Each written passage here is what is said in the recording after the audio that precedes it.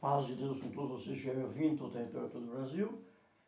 Jesus manda falar contigo que Ele está olhando para você, não adianta dele você correr, que Ele está lá do alto, olhando para você, esperando que você volte para Ele, com novas obras, nova atitude, com a sinceridade de justiça com seus irmãos, porque se você não praticar as boas obras, Jesus não vai te levar, porque Jesus foi o homem de mais obra, porque a Bíblia diz assim que nós não somos salvos, não somos justificados pelas obras, para que nós não gloriamos que somos o garanhão, mas quando nós olhamos sobre a proposta que o apóstolo disse, ele diz, mesmo que eu dou meu corpo para ser queimado, sem eu ter a caridade de nada valeria, mesmo que eu falasse na linguagem dos anjos, sem caridade nada valeria.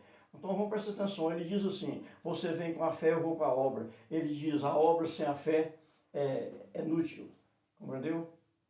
A fé sem a obra sem a fé. A fé sem a obra.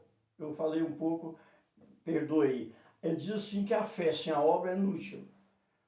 Para você entrar nos céus, mesmo a hora que a Bíblia fala que não vão ser julgados por obras, para que nós não gloriamos porque temos obras e queremos ser o garanhão, mas Jesus foi o homem de mais obra que existiu. Jesus, para vencer a morte, ele teve que fazer toda a qualidade de obra. Todas as qualidades de obras, Jesus teve que apresentar na frente de Deus para ele vencer Satanás no dia que ele morresse. E por fim, ele achou pouco, entregou o sangue dele em troca do pecado da humanidade que se arrependesse. Não é em troca de todo o pecado, é em troca daquele pecador que se arrepende, com aquele ladrão que estava à direita de Jesus, um outro à esquerda, crucificado, que era estrupador, era malfazejo, estava sendo morto pela a dívida que ele devia, da perversidade que ele fazia. Mas quando ele viu o da esquerda interrogar Jesus, falou, desce dessa cruz, e salva você e nós. Você não era quem ressuscitava os mortos? Aí o da direita falou, moço, cala sua boca. Nós estamos sofrendo porque devemos, que somos malfeitores. E esse coitado desse homem que é santo, o que esses homens fez com... o que esse homem fez para esses homens? Está com ele crucificado como um malfazejo. Ele diz, Senhor, quando estiver na sua glória, lembre de mim. Jesus falou, hoje mesmo, em verdade, hoje mesmo, tu estarás comigo em meu paraíso. Preste atenção, porque aquele cara humilhou nos pés de Jesus, Jesus prometeu de lavar a alma dele, o pecado dele nas próprio sangue dele. Mas é porque ele se arrependeu e se humilhou. Jesus correu sangue para lavar o pecado daqueles que se arrependeram. Aquele que se arrependeu pode ter certeza que Jesus vai completar para ele. Ele vai lavar e purificar as vestes dele de todo o pecado. Mas se você não arrependeu e você morrer sem arrependimento, você não tem purificação dos seus pecados. Compreendeu? E também a pessoa poder dizer que é um servo de Deus, que é um servo de Deus de verdade, ele não pode apoiar também um reino que está matando o povo na injustiça. Compreendeu? Que está fazendo julgamento no Testamento Velho. Compreendeu? Se aquela pessoa, ele pode ser quem for da autoridade da igreja, mas a autoridade maior é Jesus. Nós temos que seguir o exemplo de Jesus. Jesus nunca apoiou a injustiça e nós somos julgados agora pela graça, não pela lei, compreendeu? A única coisa que nós temos que buscar lá atrás é porque Deus é dono da lei, mas só porque nenhum homem dá conta de seguir a lei conforme a vontade de Deus. Então foi por isso que a Bíblia diz que nós vamos ser salvos pela graça, mas a graça só entra naquele que se arrepende para Jesus purificar as vestes dele e o pecado dele, o sangue dele. Amém? Glória, glória. Então vamos prestar atenção que Jesus, de comer o pessoal nos desertos, tudo ele dava, em vez de eu cobrar deles a pregação que ele fez, Jesus não cobrava a pregação de ninguém. Ele pregava 5 dias para eles no deserto. Quando ele despedia deles, ele benzia o pão e tratava daquela humanidade todinha para ele despedir deles, tanto caridoso que ele era. Ah, mas Jesus não precisava, ele não tinha uma casa para morar. Jesus não tinha uma casa para ele morar. Jesus não tinha uma fazenda para ele morar, Jesus para refugiar. O refúgio de Jesus era nos campos. Ah, mas porque Jesus gostava de orar no monte? Não.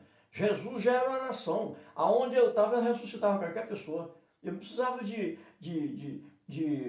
monte para poder buscar força com Deus, não. A força de Jesus, todo lugar que ele estava, ele já era força, compreendeu? E a força com Deus nós buscamos é fazendo justiça, misericórdia com nossos irmãos. Não é a qualidade de terra, que a terra até amaldiçoada ela é. No dia que Deus fez Adão, que Adão pecou, ele falou, maldito seja a terra por causa do homem. Então, qualquer lugar na terra que você tiver, se Deus quiser te purificar, só depende de você abrir seu coração e amar os seus irmãos para mostrar um verdadeiro amor como Jesus entregou pelos irmãos dele. Aí você é justificado, mas se você não amar o teu irmão de verdade e segurar na mão dos mais fracos, não adianta você ir para monte, não. O monte lá é a mesma terra aqui de baixo.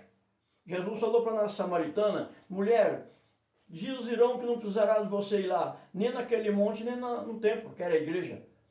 Aonde você estiver, você fazer um encontro com meu Pai, um encontro espiritual. Ele diz, é atrás de uns adoradores espirituais que meu Pai anda em busca. Em verdade, a hora já chegou. Vamos prestar atenção nessa palavra de Jesus. Não vamos falsear para dizer que às vezes eu sou o doutor da lei, eu sou o fulano da lei, que conheço mais do que os outros. Não. Para você ser justificado para Deus, é se você fazer de menor, você lutar para romper as cadeias injustas e as injustiças da terra. Mas se você pode ser um chefe da igreja, se você apoiar um lugar que estiver destruindo as pessoas, você está errado. Você está errado perante Deus. Você é autoridade aqui, mas lá no céu você não é não. Lá você tem que respeitar a autoridade de Jesus e o mandato de Jesus. Jesus nunca admitiu de nós. Por quê? Que ele não quis espredejar aquela mulher adulta. Jesus não deu esse exemplo de espredejar ninguém. Porque ele não quis espredejar. Quando aquela mulher adulta for levada na frente de Jesus, que eles falaram, se apanhamos ela em pecado, o que é que Moisés nos falou? Que se apanhasse tal mulher em pecado, espredejasse. Jesus baixou a cabeça e escrevia no chão com o dedo.